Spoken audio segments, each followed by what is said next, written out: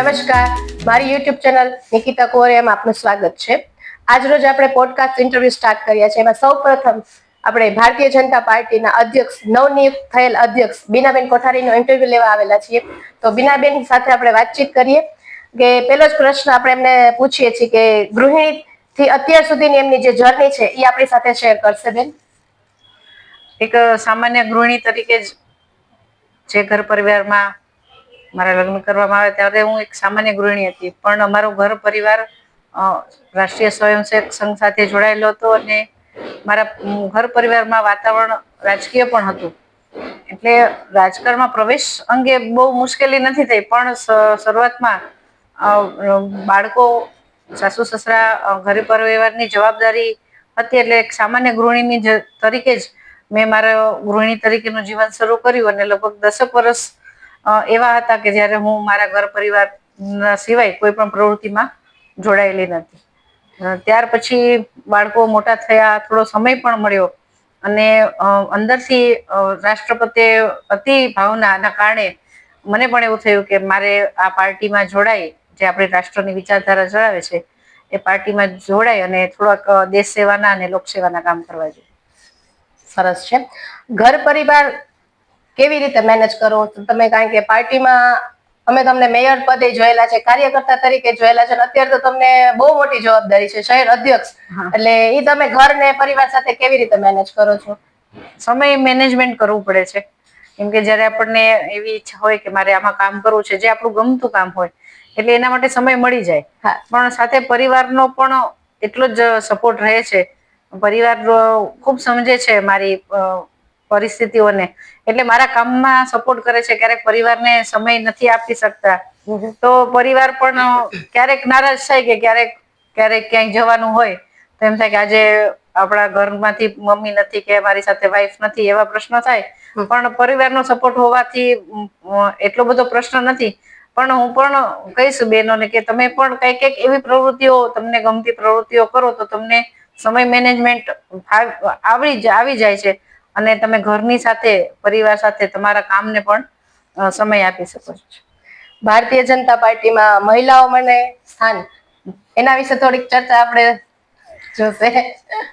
Bharatiya Janata party આમ તો બધા સમાજને પણ સાથે લઈને ચાલવામાં માને છે, પણ વિશેષ કરીને બહેનો માટે કહું તો ભારતીય જનતા પાર્ટી પણ સ્ત્રી સશક્તિકરણમાં માને છે અને મોદી સાહેબ વિશેષ આ વાત ઉપર ધ્યાન આપીને જે દેશનું સુકાન છે, જે અર્થમંત્રી નિર્મલા સીતારમણથી માંડીને હમણાં લોકસભામાં પણ 33% અનામત વાળું પ્રસ્તાવ આવ્યો છે. સાથે સાથે સ્થાનિક સ્વરાજ્યની ચૂંટણીમાં તો બહેનોને 50% માટે સ્થાન આપ્યું છે. એટલે સ્ત્રી સશક્ત છે અને રાજકીય ક્ષેત્રે પણ પોતાની કારકિર્દી બનાવી શકે છે અને આમાં પણ ખૂબ સારી રીતે લોકોની સેવા કરી શકે છે. એ વિશ્વાસ જે મોદી સાહેબે મૂક્યો છે, એટલે ભારતીય જનતા પાર્ટીમાં હંમેશા બહેનોનું સ્થાન અગ્રણી રહ્યું છે. ને ખાસ કરીને જામનગરમાં આપ સૌને બધાને જ ખબર છે કે સાંસદ, ધારાસભ્યો, અધ્યક્ષ, ડેપ્યુટી મેયર બધા જ મહિલાઓ છે અને ખુબ સારી રીતે કામ કરી રહ્યા છે. અને અત્યારની ટર્મ પ્રમાણે આપણે જોઈએ જ છીએ કે સાંસદ પૂનમબેન માડમ છે, MLA રીવાબા જાડેજા છે અને અધ્યક્ષ સ્થાન પર બીનાબેન કોઠારી છે. તો એનો લેડીઝ નું એક જીવતું જાગતું ઉદાહરણ છે. તો એમાં કઈ આપણે કહી જ ના શકીએ. હવે આવનાર સમયમાં મહિલાઓ લક્ષી આપણા શું કાર્યક્રમ થવાના છે, એની થોડીક માહિતી આપને જણાવો.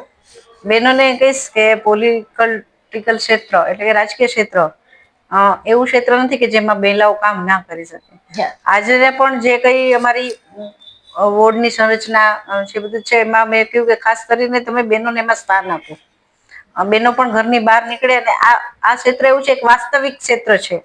આ જે છે ક્ષેત્ર એ નીચેના લોકો સાથે જોડાય ને સાચી જે પરિસ્થિતિ છે, આપણા દેશની પરિસ્થિતિ શું છે, સાચી અર્થતંત્રની પરિસ્થિતિ શું છે, આ વાસ્તવિક જીવન છે જેને આપણે રિયાલિટી કહે છે, એ ક્ષેત્રમાં પણ બહેનો આગળ આવે અને પોતાનું આમાં યોગદાન આપે. પાર્ટીઓમાં, સામાજિક ક્ષેત્રોમાં યોગદાન આપે ને આવનારા સમયમાં હું ઈચ્છીશ કે બહેનો પણ વ્યાપક પ્રમાણમાં આમાં જોડાય અને બહેનોને લગતા પ્રશ્નો હોય તો એનો નિરાકરણ લાવવાનો પ્રયત્ન કરે. મને એક એવી આશા છે કે જામનગરની બધી બહેનો મળી અને એક એવી ઈચ્છા છે કે બહેનો પ્લાસ્ટિક જામનગર તરફ આગળ વધે અને જે કઈ પ્લાસ્ટિક ના ઉપયોગ બહેનો કરે છે કે કદાચ થેલી લઈ જવામાં આળસ કરે છે, ગાયને પણ એનાથી એના પેટમાં પણ પ્લાસ્ટિક જાય છે, સાથે સાથે પર્યાવરણને પણ નુકસાન છે.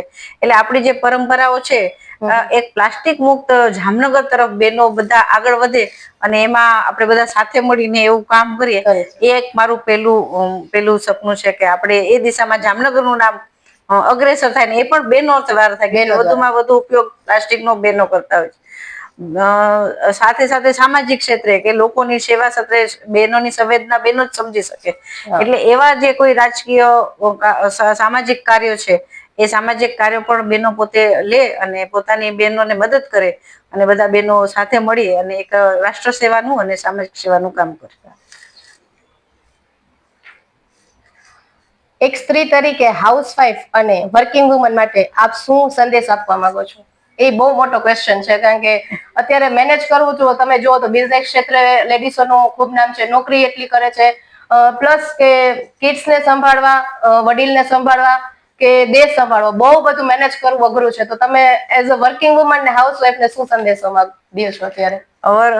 સાચી વાત છે કે વર્કિંગ વુમેન હોય તો એને પરિવારને સંભાળવો અને ઘરનું કામ કરવું બહુ મુશ્કેલ થઈ જાય છે. એટલે એમાં બે વાત છે, જો મને જેમ મારો પરિવાર સપોર્ટ આપે છે એમ વર્કિંગ વુમનને પણ એનો પરિવાર એની સાથે હોય તો મેનેજ થઈ જાય, બહુ પ્રશ્ન નથી થતો. પણ કદાચ આપણી જે સામાજિક વ્યવસ્થાઓ છે હવે છે એ વિભાજિત કુટુંબની થઈ ગઈ છે. પેલો પ્રશ્ન એના કારણે આવે છે કે વર્કિંગ વુમન પેલા પણ બધા જયારે સંયુક્ત કુટુંબમાં રહેતા હતા ત્યારે કામની પરોજણ ક્યારે કામ વેચે છે તો ખબર નથી. હવે સમયની માંગ બદલાણી છે એટલે વર્કિંગ પોતાનું રાજકીય ક્ષેત્ર કે બીજું ક્ષેત્ર હોય એમાં પણ બહેનોના પોતાના સપના હોય, બીજા કોર્પોરેટ ક્ષેત્રમાં કામ કરતી હોય કે બીજા અન્ય શૈક્ષણિકમાં કામ કરતી હોય તો એને એનું સપનું પૂરું કરવું છે એટલા માટે એને એ કામ કરવું પણ જરૂરી છે અને આર્થિક વ્યવસ્થા માટે પણ કામ કરવું જરૂરી છે.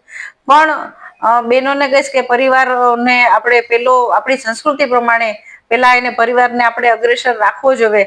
જો આપણે એવું કોઈ જરૂરિયાત ના હોય કે એવી આપણે પેલું એકદમ આવશ્યકતા ન હોય તો થોડુંક આપણા જે આર્થિક છે એનું મેનેજમેન્ટ કરીને આપણે આપણા પરિવારને, કેમ કે આવનારી પેઢીને આપણે જ છે સંસ્કારો આપવાના છે ને આપણે જ શિક્ષિત કરવાના છે.